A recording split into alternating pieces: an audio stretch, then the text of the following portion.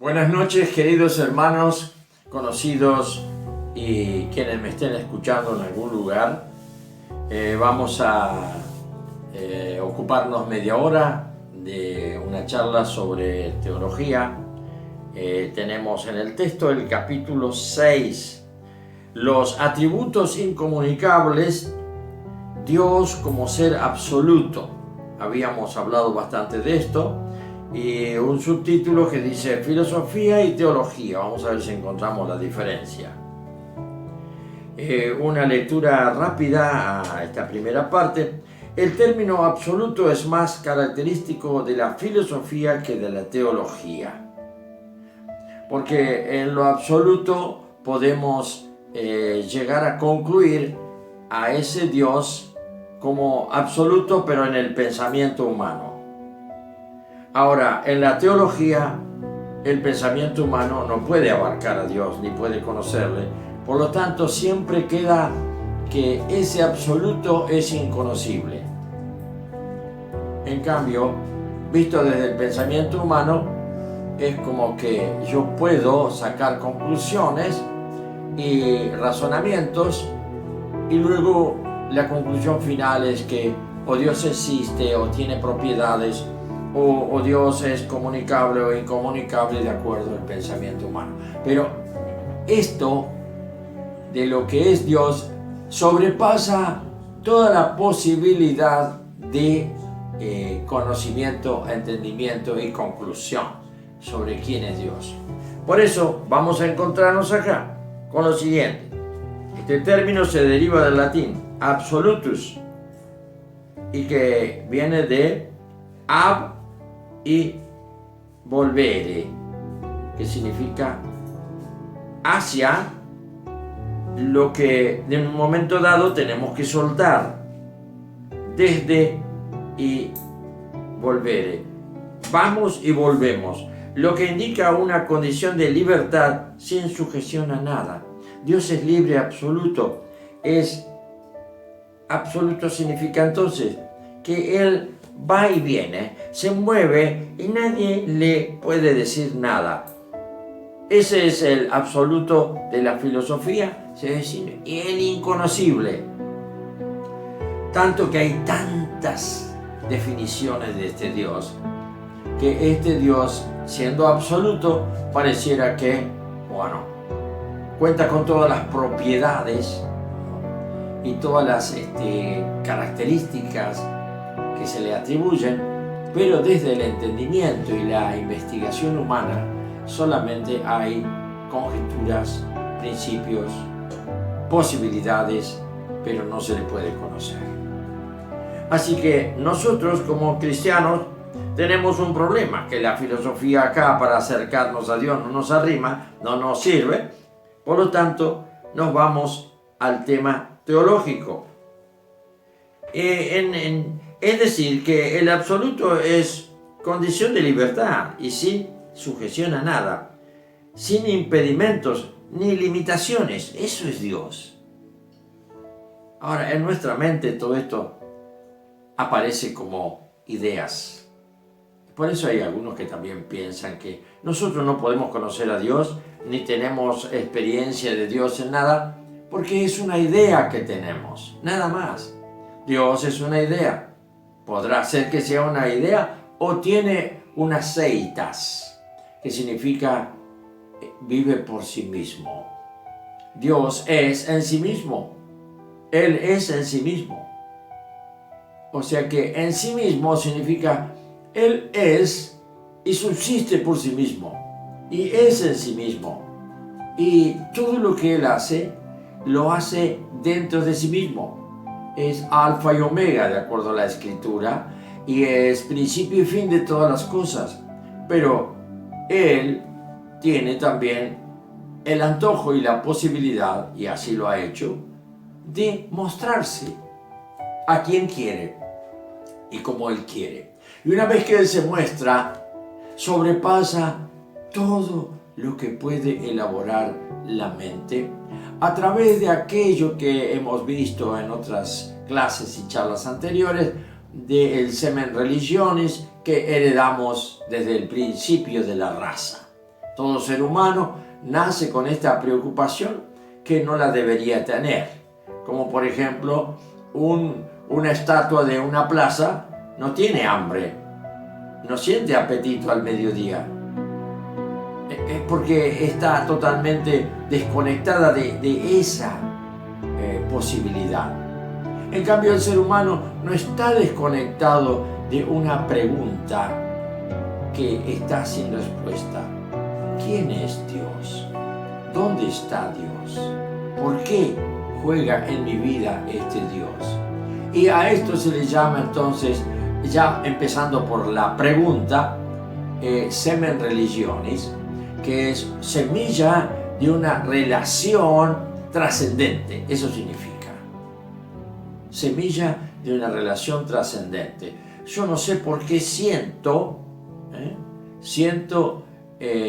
como algo propio el tener que preguntarme muchas veces ante la naturaleza tan pero tan preciosa, hermosa, ante paisajes o ante fenómenos que son tremendos desastres en la naturaleza. Son fenómenos. Entonces yo me pregunto, ¿quién maneja eso? ¿A dónde se detiene? ¿Cómo se comienza con eso? Son preguntas que un robot no se puede hacer.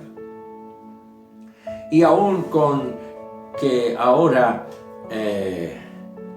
podamos hablar de otro tipo de inteligencia que no sea la propia mente humana, tampoco nos vamos a enterar de nada de lo que es la trascendencia de la mente humana.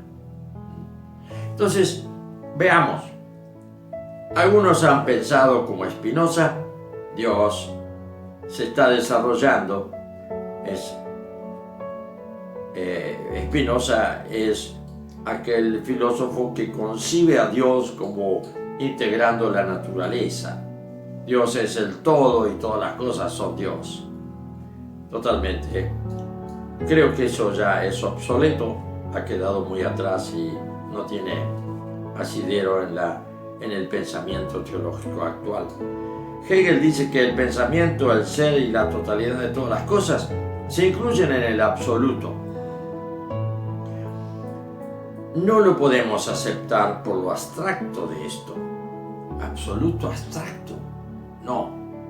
Tenemos cosas que hacen más allá de lo abstracto en la mente humana. Por eso estuve hablando de lo que es el semen religiones. Llevamos una marca y el que se dice que es ateo se está mintiendo a sí mismo. Porque justamente al negar a Dios lo está afirmando. Piense conmigo. Si yo creo que algo no existe, es muy probable que no tenga certeza de que no existe. Por eso me lo pregunto, o por eso lo afirmo, para rechazarlo. Pero lo rechazo porque no quiero aceptarlo.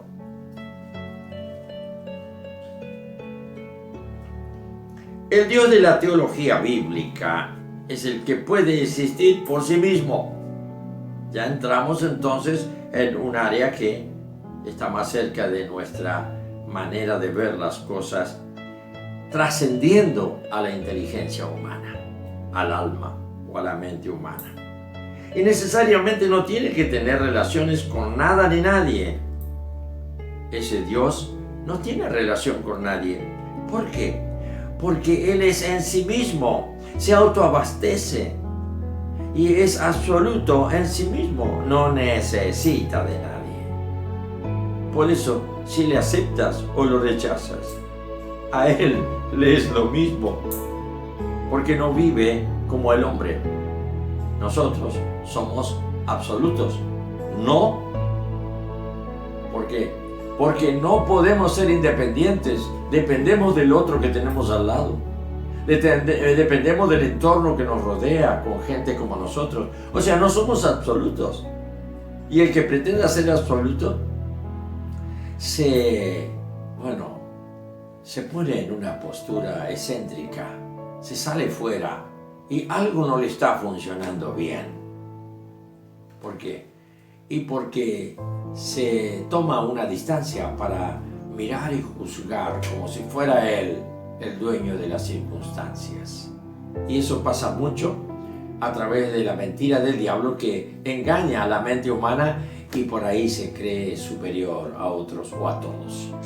Hay gente así, totalmente tomada por aquel que es mentiroso desde el principio, y puede estar presente en el alma de una persona que se cree Dios y determina la muerte de millones, o determina el sufrimiento de miles, o determina cosas por su alto y estrafalario poder que ejerce en un nivel de totalmente injusticia humana. Y si quieres un dato para pensar en esto, lo tenemos, por ejemplo, actualmente en una guerra declarada que es injusta y que es totalmente pareciera que pertenece a un orden demoníaco, como el plan de guerra para exterminar un país porque sí, una nación porque sí, matando a todos los que viven en esa nación, y es Rusia y Ucrania. ¿Y quién se declara Dios? ¿Quién se declara el absoluto? Y bueno, ya sabemos cómo se llama. Ya sabemos cómo se llama. Y él se cree que es Dios. En algún lugar debe tener algún sector vulnerable. Y bueno, no entremos a considerar la política internacional acá porque salimos del tema. Pero comparando, los hombres que se creen absolutos adolecen de un conocimiento real de su propia identidad. El ser humano no puede existir si no es en relación con otro. No es absoluto en sí mismo. Dios es absoluto en sí mismo. Ese es el tema. ¿Y cómo lo sabemos? La base de la existencia de Dios, o sea, la propia existencia de Dios, es la letra A. La base, y en la letra A continuamos. La base de la existencia de Dios se encuentra en Él mismo. No lo hizo nadie. Esto es difícil para nuestro pensamiento humano. No podemos concebir que haya alguien que sea absoluto en la eternidad de las eternidades, para atrás y para adelante. ¿Quién es ese que es distinto a los hombres? ¿Quién es ese que se cree que supera y está por encima de todos los hombres, llenos de sabios como está la tierra en este tiempo? Científicos de primera categoría. Parece que se sienten dominando el mundo ya y el futuro está en sus manos. Él es causa sui, o sea, Él es su propia causa, pero tampoco sirve este principio de la causa sui, porque esto de causa sui, del latín, que habla de que Él es su propia causa, es incorrecto. ¿Sabes por qué? Porque no puede ser que Dios sea causa de sí mismo. ¿Por qué? Porque sería efecto de su propia causa. Eso es para la mente humana que razona, pero no para Dios, que no está en el tiempo. Entonces, siempre los que razonan tienen que pasar por este ajuste de espacio y tiempo. Y, por ejemplo, decimos, no hay causa sin efecto, ni hay efecto sin causa, un principio de la filosofía. Pero, sin embargo, está esto admitido y subsiste en nuestra vida real, que no hay causa sin efecto, no hay efecto sin causa. ¿Por qué? Porque estamos en el tiempo. Y la causa está primero. Y después de la causa viene el efecto. Dios es. No está en el tiempo. Él es eternidad. Él es eterno. Siempre es en sí mismo. Por lo tanto, no puede aceptarse esto de que Dios es causa de sí mismo. Principio muy importante que aparentemente suena a palabrerío, pero que esto puesto en orden hace que Dios, considerar a Dios causa sui, no es correcto, porque Él no es causa de sí mismo. Podríamos decir también, esta expresión no puede ser totalmente aceptada, ya que Dios no tiene causa. Porque si hay alguien que es causa de Dios, entonces es mayor que Dios, porque siempre el efecto es dependiente de la causa. Uy, ¿cómo te estoy haciendo pensar, hermano, en esta noche? Es que estamos compartiendo y tratando de diferenciar la filosofía de la teología. Encontramos la idea de la propia existencia de Dios se expresaba antiguamente por el vocablo aceitas, o sea, tiene aceidad, o sea, tiene su propio ser, es un ser en sí mismo. ¿Y qué quiere decir en sí mismo? Que Dios es Dios y porque Él es Dios, y no se discute más.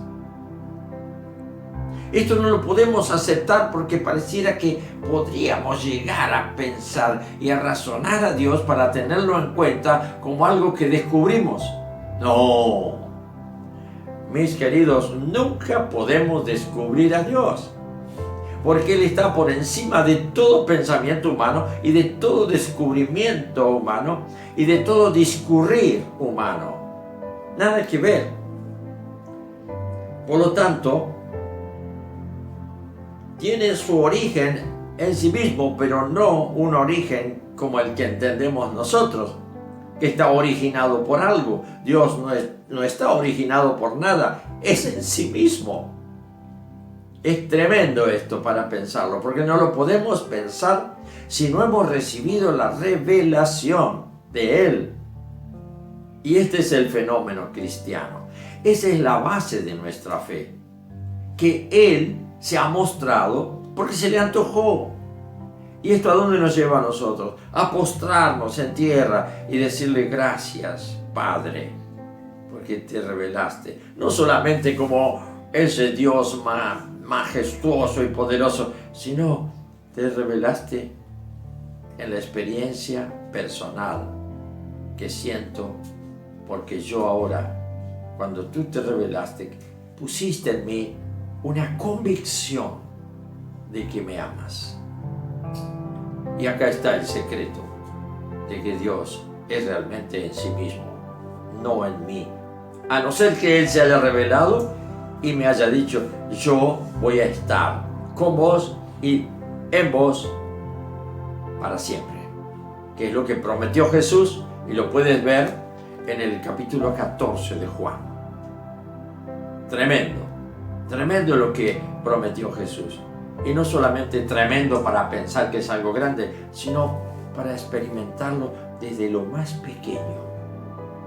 Cuando delante de Jesús, parado de rodillas, solo o en medio de una multitud, se te hace un nudo en la garganta y le puedes decir, Señor, me has revelado el misterio de quién eres. Por eso, acá me tienes rendido a tus pies, para adorarte, para alabarte y para darte gracias hasta el fin de mi vida, hasta que me lleves, porque ahora sé, yo lo sé, que pertenezco a ti. ¿Qué dijo el apóstol Pablo? Yo sé a quién he creído. Repítelo muchas veces, a ver si certificas que eso es cierto en tu corazón y en tu mente. Por ahí es solo un versículo suelto. Es una convicción de Pablo o una convicción mía, pero esa convicción todavía no ha llegado a tu vida. Es necesario que la tenga mi hermano.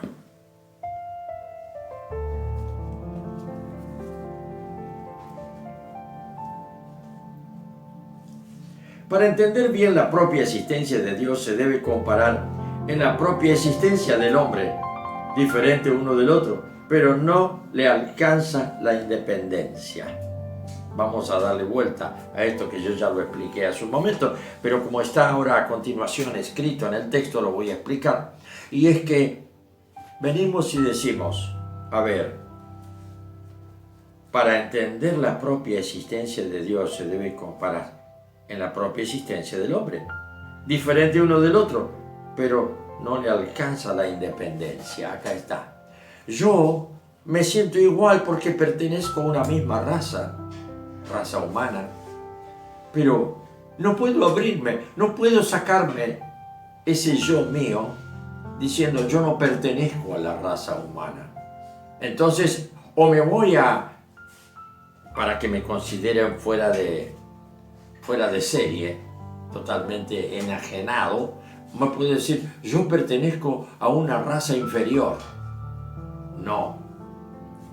Yo tengo propiedades de una raza inferior, que es que soy animal, pero pensante. Y al ser pensante soy superior a todas las otras razas de seres animales que andan sueltos. Porque soy un animal pensante. Por lo tanto, yo no puedo negar mi identidad. Soy un ser humano. Y los que me rodean también son seres humanos. Y ahí puedo concebir que Dios y es absoluto en sí mismo. Y es independiente en ser absoluto. No comparte con nadie su absolutez. Con nadie. Por eso, el hombre que pudo crear, y bueno, ya tenemos desde la antigüedad los distintos dioses que emergían de la cultura de un pueblo, de un reino, de un país o lo que fuere. Y de ahí nos encontramos con lo que más suena actualmente para poder hablar de este tema. La distinta categoría de los dioses. El politeísmo. Poli es mucho, teos es Dios. Muchos dioses. Por eso, fíjense ustedes cómo era un conflicto para los romanos, para los paganos, para los griegos. Era un conflicto y se invitaba a los cristianos. ¿Por qué no hacen una estatua de ese Dios que ustedes tienen? Y lo llevan al Olimpo y lo ponen en el Panteón. Panteón o Pantheon. Pan en griego es todo. Theon es Dios. Y ellos tenían la posibilidad y el derecho de la representación de sus dioses, y para continuar ese culto lo llevaban al Panteón en Roma, en los países del Imperio Romano, al Panteón, que era el lugar donde se juntaban todas las estatuas de los dioses de la gente que había. Y eso era una invitación a los cristianos. ¿Por qué no ponen esa estatua de su Dios ahí y dejamos de discutir? Y nosotros, los cristianos, ¿qué decimos? No, nuestro Dios es el Dios de todos los dioses, por encima de todos los dioses. Él no es un Dios, Él es Dios. Y cuando Pablo dijo eso en el Areópago de Grecia, dijeron, esta es una nueva doctrina. Este trae un fenómeno. Quiere que su Dios sea el Dios que gobierna a todos los dioses. Cada Dios tiene un desempeño y es un Dios de esto y un Dios del otro. Y para dar simplemente un ejemplo, tenemos los días de la semana. Y tenemos el día martes, que es martes, fue en la mitología romana y griego también, creo, fue el dios de la guerra, porque la cultura para ese tiempo era la cultura de ejércitos peleando siempre para conquistar una ciudad y tirar un reino abajo. Por lo tanto, Martes era un dios poderoso que se lo invocaba para las guerras. Pero eso era lo que podía inventar el hombre. Cuando vino Jesús, nos reveló la verdadera teología para entender y para defender que en su independencia este Dios ejerció independencia, valga la redundancia, para luego poder iluminar nuestra mente y que nosotros podamos quedar como totalmente extasiados, considerando, es el Dios de todos los dioses que inventaron los hombres, porque Él está por encima de todo y Él es independiente y a quien quiere se le revela y al que no quiere revelarse no se le revela. Qué hermoso momento para darle gracias al Señor que se ha revelado en mí, que soy un miserable ser humano como tantos otros, como todos, que con nuestra mente no servimos para nada, ni siquiera podemos dar un paso para mirar y tener un ojo teológico. Por eso nosotros los cristianos nos volcamos a la teología bíblica. Y de esta manera, entonces podemos decir, cuando se concibe el absoluto como independiente, pero que de Él dependen todas las cosas, lo podemos aceptar como el Dios de la teología bíblica. Qué lindo. Él es independiente, antojadizo. Todo lo que podemos decir que Dios ha prometido en nuestra vida parece un antojo raro. Quiere hacernos a cada uno de nosotros de gusanos, transformarnos en mariposas. Y ese es su proyecto. Él hace cosas totalmente, no ridículas, pero sí ajenas a nuestra posibilidad de captarlo. ¿Por qué es eso? Es que Él es absoluto y es independiente. No depende de nosotros para crear, para hacer lo que Él quiere. Y vamos a ver de acá en más algunas citas de lo que dice la Escritura con respecto a quién es este ser tan especial. Y aquí vamos a la Escritura ya con el primer versículo, Juan 5:26. Y a ver si tenemos un tiempito para por lo menos ver este versículo. Juan 5:26. A ver si es cierto. Miren, esto es maravilloso. De cierto os digo, dice en el 25, dice Jesús, viene la hora, y ahora es, cuando los muertos oirán la voz del Hijo de Dios, y los que la oyeren vivirán. Porque como el Padre tiene vida en sí mismo, acuérdense que se lo repetí varias veces, el Padre tiene vida en sí mismo, así también ha dado al Hijo el tener vida en sí mismo. Ese es el Dios hecho hombre en la persona del Hijo unigénito.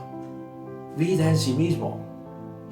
Y Él está haciendo que nosotros también, cada día, participando en la naturaleza divina, que es tener vida en sí mismo, está haciéndonos pequeños dioses hasta que crezcamos a la medida, la estatura, la profundidad y la altura de quien es su unigénito, que estaremos en Dios participando por la eternidad de esa vida eterna, esa naturaleza divina, que es estar dentro de Dios y poder sentirnos que no somos dioses independientes, pero estamos tan metidos en Él que formamos parte de ese misterio que a Él se le antojó hacer con nosotros. Una gran maravilla. Levántate en tu fe y créele, porque esto es verdadero lo que nos espera. Y dentro de pocos años va a llegar. Sobrelleva las cosas en esta vida, en este mundo, tus problemas, tus dificultades, mirando allá en el horizonte, con la esperanza viva de que todo esto va a ser el gran cambio que tiene el Señor en proyecto, hacer de tu vida, hacer de tu persona, como dice Bildad allá en Job. ¿Será que el hombre alguna vez va a dejar de ser un gusano?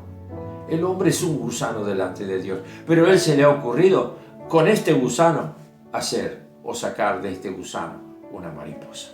Que el Señor te bendiga esta noche.